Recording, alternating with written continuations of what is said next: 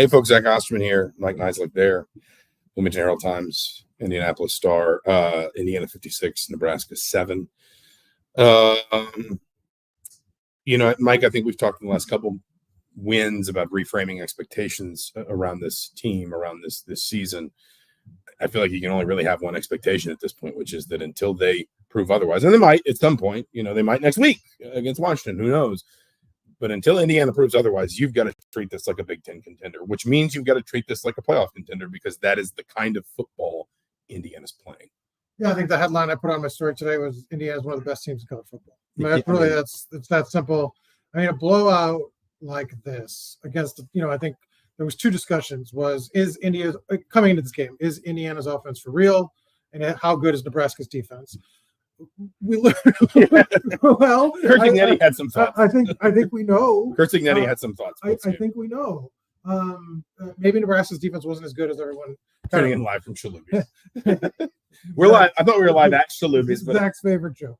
But no, I think there'll be questions now about Nebraska's defense. But look, this was a just out and out 3-phase dominance. They outcoached him. They played better. They ran all over him against a team historically that's had not just this year, but historically has held teams on the ground to very little production.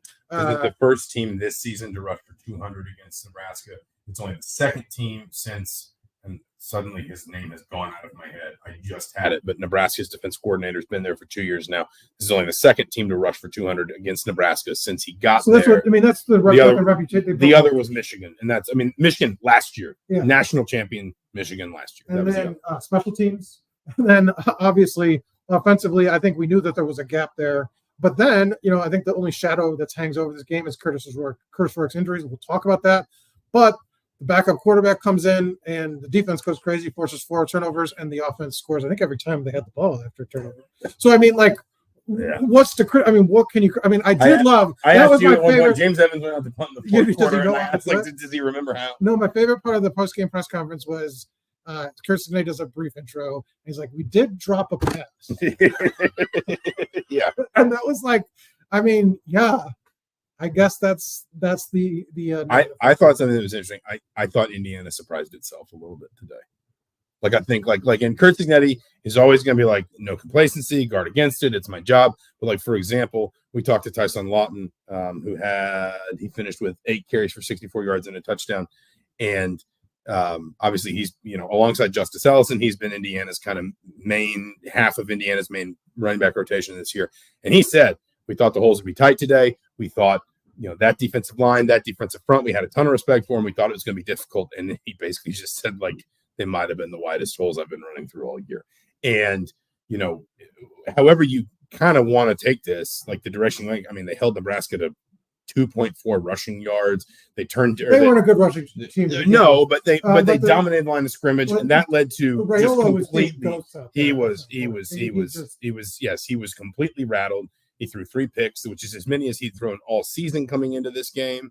You talk about basically the opposite of rattled. Taven Jackson comes in after Curtis Rourke gets hurt, and obviously Indiana doesn't need a ton from him because they're already up 3 scores. That throw to the corner. You don't make that throw. You don't attempt that throw. And also 7 of 8 for 91 yards and 2 touchdowns against a Big Ten defense is completed his first 6 games. Yeah, that's there's just you have just.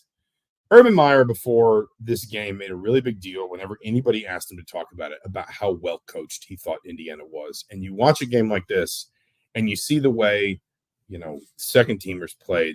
You have to make a quarterback change, and the way that quarterback plays. You see how, the extent to which it felt like this defense never really kind of gave up on the idea that, no matter what the score is, we're not going to stop. It's really hard to look at this team and not wonder. Certainly, you say it's one of the best teams in the country. It is almost certainly one of the best coached teams in the country. The job that Kurt Cignetti and his staff have done, taking a team that was turned over by more than half off the last season's roster. And yes, they got a lot of veteran transfers, but they had to go get those. They had to identify those players. Then they had to get them. Then they had to put, mesh the whole thing together in just one off season. And listen, I don't know where this ends for Indiana. I can't tell you, and I'm not going to make any promises. But I grew up in the South. I know what good football looks like. You also know bad football. Yeah, and this is. But instead of going big picture yet, I think the key stretch of the game for me, Kirk Cignetti said it was the interception in the second half. I thought it was actually the early in the game, and Justice Ellison talked about this. First thing was he said getting a rushing touchdown and getting rushing yards and having a big gain on that first drive thought was really important. This team had a lot of rushing touchdown all year. And there was a lot of talk about that, what they could do. He's like, I really thought if we could score that, like right off the bat, and punch that in, that would sort of open everything up. And it did, I think. I don't know if you were there yet when he talked about that, and he said basically, when we did that, I thought we might just be able to roll them. And then the second one was Jalen Walker's forced fumble because Cignetti took a couple gambles early. Went for it on fourth down on both their first possessions. We talked about, kind of debated the merits of those decisions. The second one didn't work out. Curtis Rourke was sacked, gave Nebraska really good field position when they could have gone up 10-0. But part of, I think, the equation is I have faith in my defense that we're going to make a play and stop it. They stopped Nebraska on a fourth down. Jalen Walker punches out the ball, and that, really, it's ball game. Really, that was not, they just kind of had their way with it afterward. I think you see the coaching staff's confidence in the players and the players stepping up for the coaches. And I think you saw that then what Cignetti was talking about in the second half where, he's mentioned like they didn't go for the jugular in certain games. Man, they did it today with those 4 forced turnovers in the second half and offensively sort of doing it. So I think, before the game kind of got, crazy in the second half for Indiana, I thought those kind of things stood out early where there were a couple moments where maybe this game doesn't look like exactly like it did, where it's one of the biggest wins in a program history against a Big Ten opponent. Well, and I think it's a reflection. This would have been a very easy week to get distracted. You're coming off the bye week. You've spent a lot of the bye week. Obviously, coaches have been recruiting and things, but there's also a lot. Is handing out free beer, free Dragonfly, free floppies. The floppy Sammies.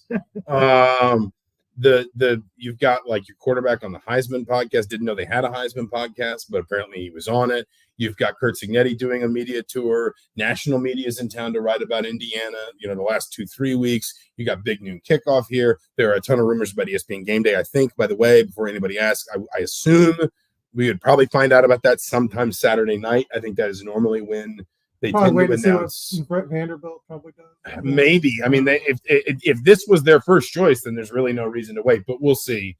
I would expect to find out sometime Saturday, one way or the other. I think they announce on Saturday where they are going the next Saturday. But there was a lot of reason to be distracted. Like there was, I had multiple friends, like other media colleagues who are obviously just Indiana agnostic, but they know I cover IU football. We talk about it sometimes. Who said like, is this the kind of like the train off the tracks game where basically they've had too much success. They get a little too full of it. They're playing a decent team. They get distracted. And the answer was so emphatically no that the train turned into a jumbo jet and is now flying across the Pacific Ocean. I think that analogy works in any way. Well, it was like the transportation age evolving from the train to the jet. I think it's on the moon at this point. But my point is, I know you don't want to go too big picture, but like it's the big picture and the small picture like tie in perfectly together when you beat a ranked team 56-7. And it won't be ranked. No, they will not be ranked tomorrow. Unless if they are, then it will be a tremendous show of respect to Indiana. There's nothing. Like how many penalties? Indiana had 4 penalties. I guess that wasn't great. I don't know. It's like you said, Curtis is like, we did have the one drop. Like it was, And the interception they had that Curtis Rourke. That doesn't count. Like that's, that's. Well, let's talk about Rourke's injury. Because that is, I think, the shadow. It's a thumb. It looks very much like it's a thumb. Whether is it just a nail? Is it something structural within the thumb? Yeah, and we saw him after the game. There's video up on my Twitter feed of him walking, and they were purposely having him keep his hand in his pocket so people couldn't see it. And so Kurt Cignetti had told a sideline reporter at the half like Kevin Costner in Field of Dreams. It's not a gun, it's your finger. He was fine, and after the game, he kind of said, "We'll know more tomorrow." But he said, optimistic. But optimistic. So there's that. Do you rush it back? What's that's the kind of the I think the question, answer, right? honestly, the question is just like what the long-term re-aggravation concern is. Because if there isn't a big one, if it's just follow-up question, basically what it looked like he was struggling with was gripping the football. Yeah. Because he threw, I think, 4 passes in total after the injury. There was the one really good-looking one that was broken up by good Nebraska coverage. He had like 2, and then the Hail Mary where I recognize the pass itself didn't matter and nobody cares, but like sure, he threw it very short for how long. We know he can air the ball out. So the question is basically because you can't give him, I assume, like a pain-killing injection because he's got to have feeling in the thumb to be able to grip the ball. Well, my question was that I would have asked as a follow-up was if the game was anywhere close because they felt comfortable leaving him in. Like what happened at halftime and would have mattered. Like would they have tried it? Like, but he didn't even come out. He never came out in uniform after halftime. Like it was clearly a decision made at halftime to say 28-7. We're going to Taven. And, Kurt Signetti had some nice things to say about Taven Jackson. He said he's still got to get better. He's got to be more consistent in practice. But then he also said, but listen, like it's hard to get better sometimes as a backup quarterback, especially at this time of year, because you're not getting a ton of reps. Your first string quarterback is the one getting all the repetitions. He's the one that's getting all the new stuff installed for him. He's the one that is everything's kind of building and coalescing around. It's hard to, you can't judge. I think what he's trying to say is you can't judge a backup quarterback by the standards of a starting quarterback in season because a starting quarterback just has advantages. Yeah, because you're saying they installed development that Taven doesn't even get to practice. Right, exactly. Yeah. And so that's why I think you are encouraged by the way that he played, frankly. And they called a couple plays that were easy for him, but man, like he looked poised, like he didn't look rattled. He was going through his progressions well. When it was quick stuff, when it was like the touchdown pass he threw to Miles Cross, that was just like the easy play action fake, but it was like even that. Everything was smooth. Yeah, like even throws like that can be difficult sometimes because they seem easy, but you can't put it behind a player in that situation because it's so lateral. It'll slow him down. You can't put it too far ahead, or obviously he'll drop it, or in some cases you risk an interception. But I do think, it'll just be the question of the week in terms of it'll dominate the storylines. And Signetti only talks on Mondays, and so it's a coach's show. Yeah, I'm sure it'll come up there, but we'll see. We'll see. I mean, I don't think he would come out and say in the same way that he did with Jalen Walker after Northwestern, and Walker was obviously fine. He played all day today. Yeah, I thut there would be more subterfuge, and he's just like, he's fine. He's going to play. And how much is he going to play? I don't think he would say, I'm optimistic if he wasn't genuinely optimistic. Well, it's not a broken wrist. And because there's no reason to be like, oh, I'm really optimistic. Oops. Yeah. I was optimistic. I am now no longer. How did we like Jack Tuttle? Well, I don't know how Jack Tuttle's still in college, Greg Kelly. Mark, so this is a long-time listener. The question I have is it's MRK HSS. Mm-hmm. If we assume it's Mark, mm-hmm. What do we think the vowel in the last name is? Hey. Mark Haas? Yeah. Okay. All right. So Mark Haas, he says, is there a historical Big Ten comparison to IU's turnaround? Are we looking more like a 1999 Rams or 2015 Leicester City situation? I know you don't know what 2015 Leicester City is. Leicester City was 25,000 to 1 to win the Premier League in 2016, and they did it. I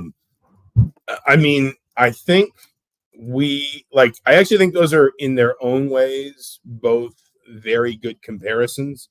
That 99 Rams team did kind of come out of nowhere. And obviously part of it was because they built that team for Trent Green, and Trent Green was a good NFL quarterback, but then he got replaced by a guy who turned out to be a Hall of Famer. And so that just kind of changed the whole calculus. I mean, there is a bit of a Leicester City comparison there too, though, where I think Indiana I think I saw this because I get the emails from a couple of different sports books, oh, look at the Heisman odds this week and whatever. And at the beginning of the season, they'll send you odds on, basically everything you could imagine. And I think Indiana was something like plus 20,000 to make the playoff, which meant if you bet $1, you won $20,000. So at least I think that's what that means. I don't gamble enough to really understand odds, but it's just in Vegas. It's like, well, in that case, we would love it if we can comp your room, Mr. Osterman. Just come down here. But the point is, the Leicester City comparison is Hess. There we go. Okay, sorry about that. Mike is more sorry than I am, but the Leicester City comparison fits in the sense that nobody would have seen this coming. Now listen, the flip side is one person would have seen it coming. Yeah, Kurt Signetti. But the flip side is they got to they're still 5 games away. But listen, I mean, you have to talk about this team as a playoff contender. There's just no way around it. And yes, there are probably going to be teams in the Big Ten. Penn State's an example that will play tougher schedules overall. But if you win 11 games in the Big Ten, you are going to the playoff. Like you just there's no way you're not. It's when you look at the back half of their schedule, there's reasons not to be so fearful. Outside Ohio State, Michigan's quarterback situation is one of the worst in the country. Yeah, I mean that was supposed to be their second. You start talking about more of these games as trap games, frankly. Like if game day's in town next week, you talk about Washington more like a trap game. Yeah, you talk about Michigan State, and it's like, well, you're probably a better team than Michigan State, but it's on the road and it's tough to play there. And it's you give.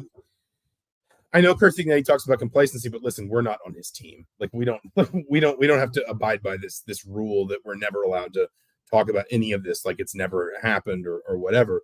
I mean, you are allowed to start talking about some of these games and just saying, I mean, Indiana's going to be favored against Washington. They're probably going to be favored against Michigan State. Probably. I mean, out of your mind if they're not going to be. They're going to be favored by a touchdown. I would be very surprised at this point if they're not favored against Michigan. I would love to know the last time that happened other than the COVID season.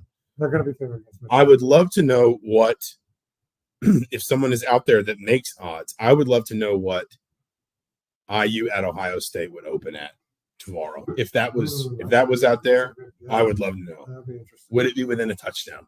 I'd say like 4.5 Ohio State. You think like that close? I mean, how do you? I mean, at this point, like, it is the way Indiana is winning. If it's not, it's the reputation. Well, look here's a perfect. We talked about this. I talked to Tevin Coleman briefly, former IU running back, and I asked him what the perception of the team was when he came. Mm-hmm. Like they thought we were trash. Yeah. I mean, and that's what I think is built into why people wouldn't take Indiana seriously. I think that's why some people even wanted to see this more as a reflection of Nebraska than versus Indiana. Whereas, like, I'm sorry, this is about Indiana. That's literally what it is. Is that sting? And Urban Meyer talked about it. He's like, why? I mean, like Bill Murray's their winningest coach, and he's like average 5 wins a year. Yeah. Like, look, this is not a program that's become accustomed to success in any way, shape, or form. So I think that reputation. Look, you're not going to be able to beat that in one season. Kurt Signety's talking about that, but he doesn't also care. Man, he doesn't care. He's trying his best. He's trying his best. Like he's trying his best. You're only a couple more wins away from talking about like how not even a playoff game, but like a playoff bye. And it's just like it's wild. We're going to college. Yeah, and I did. Justin Ellison was the first player I heard use the word playoff. A first player that used it. I said, in fairness, Mikel Kamara has said natty a couple times. So like, used it as slang. Like I don't count. But saying something completely. He might be drinking a natty light. So maybe that's what he's talking about. I don't think that was the case. But he said it, and I laughed. I was like, "Isn't that illegal? Like, is there a demerit system? Do you feel like Kurt Signety's like no looking?" He said, he said today, which was not as catchy of a phrase. Tomorrow is a concept. I don't think it has the same ring as Google Me. No. I don't know if that'll catch on. Too many syllables. But tomorrow is a concept. So, but the point is the way this team is winning games. Like, I mean, for example, you would have said, what is the biggest like sort of single thing Indiana can't afford to lose? It would have been Curtis Rourke. And I understand they were up 28-7, but the fact that they lose if you said who's the one player you can't pull out of this, because we talked about they've developed more depth than we thought at defensive line and their skill positions. And, that they've stayed relatively healthy on the offensive line and all this other than Nick Kidwell's injury, obviously. If you said, like, what's the one thing more than anything else that could derail Indiana at this point in terms of what might happen on the field, it would be losing Curtis Rourke and all the praise that he's gotten. And I understand you're up 28-7, but you actually come out and perform other than total yards, but in terms of points, you perform better in the second half. Your field position was so good, you couldn't even. I understand that, but they couldn't even do that. Well, and here's something one of my buddies who covered Nebraska told me. At the end of the first half, Indiana was on pace to gain more yards than any team had ever gained on Nebraska, ever. That makes sense. Like in pace was 650 something, 6. Yeah, I mean, but like it's just. The fact that you can even lose the player that I think the average fan or observer would identify as the most important, least replaceable player and actually get better on the scoreboard, that tells you that, again, it's a really well-coached team that is going to be hard to stop. Somebody's going to beat it somewhere, I assume, but... I would reframe it into the sense, like, if they lose work, they still probably win 10 games. Yeah. I think it lowers your ceiling a little bit just because I think he was playing phenomenal when he went out before. It was. I mean, so, but then that throw from Taven Jackson. But I mean, it's going to be longer. It's a small sample size. And sure. It's going to be more competitive environments. But, I just think it lowers their ceiling a little bit. But I still think they're actually a pretty good team, even with the backup quarterback. And I don't know if you would. I mean, that's just like this is a well-oiled machine at this point. It's not one guy. It's not one position group. It's not the offense, like the defense. I mean, we're going to keep talking about the offense, for the rest of the season because it's just been so good. But the defense is right there. Well, the defense. I think the relevant thing about the defense to me is if people had again these sort of if people had again these sorts of doubts about, what might slow Indiana down, what might be an obstacle for Indiana. One of the things people justifiably pointed out is that Nebraska and Northwestern, the defense regressed a little bit. That compared to what it was doing to some of its non-conference opponents, Maryland and Northwestern. Sorry, the defense. If you looked at whether it was the raw numbers, the underlying numbers, the analytics and things, the offense was just like crazy outperforming all expectations. Everybody else in the conference, whatever. The defense had kind of come back to earth a little bit from some of the dominant performances against bad teams in non-conference play. I mean, today, 70 yards rushing allowed, 304 total yards allowed. What was it? 3 sacks in the end, I think. And then you said 5 turnovers forced. 2 sacks. Oh, it was still only 2 and 5 turnovers forced. Like, if that was supposed to be, if that was supposed to be the weak point, if that was supposed to be the weakness, like I have covered. I mean, just to be brutally honest, a lot of bad football. Like I have, and I'm not picking on anybody. I'm not calling anybody out, coaches, players, whatever. But a lot of you have been around it with me. You were here for it last year. I have covered plenty of ugly football. This is poetry in motion. So far at the other end of the scale. It's the best looking. And I've covered, I've covered some decent offensive teams, Auburn teams that had a good offense, and some really on the opposite of that, like horrible teams. But this is the best offense I've ever seen. And again, like I bring this up a lot, but it's not because they just have some freak athletes that can just beat everybody down the field, or like they have a Derrick Henry like running back that just can't. Like it is so well schemed. It's not like when you get a generational player and that just lifts your offense. It's the complete anti-current era of college football where it's just like they've built this sort of special team and group of players, and scheme has a lot to do with it, and coaching has a lot to do with it, and it's just here we are. We'll leave it there for now. We'll be back midweek. We swear we'll podcast this week. Things came up. We just couldn't make it work last week, but we promise we'll podcast this week. Will we be talking? All right, official prediction. Will we be talking about ESPN? By the time you listen to this, you probably already know if you aren't watching right now. Will Indiana be hosting game day next week? I'm going to do it now. You got to do it. Right? I think the answer is yes. I think you got to go ahead and do it. Because Michigan's going to. If Michigan loses today, I don't think you can wait for Michigan. I think you do it now. Mm-hmm. And then because you can always do Ohio State anyway. Yeah, you might see. Yeah, you might see them again at Ohio State. And the Big Ten championship. I mean, they could do game day 3 times. I don't know. I genuinely, hand to God, I don't know that game day is coming, but I would predict. If you're asking me, is game day going to be here next week or not? I would say I think it is more likely than not they will be here. Sure. There we go. We'll leave it there. He's Mike Niziolek. I'm Zach Osterman for the Bloomington Herald Times, for the Indianapolis Star. See Zach at Shalubi's tonight. I imagine you're making I'm doing some karaoke. Peaceful World by John Mellencamp 11 times in a row, and then I'm going home. Thank you so much for watching. Eat at Shalubi's. We'll talk to you soon.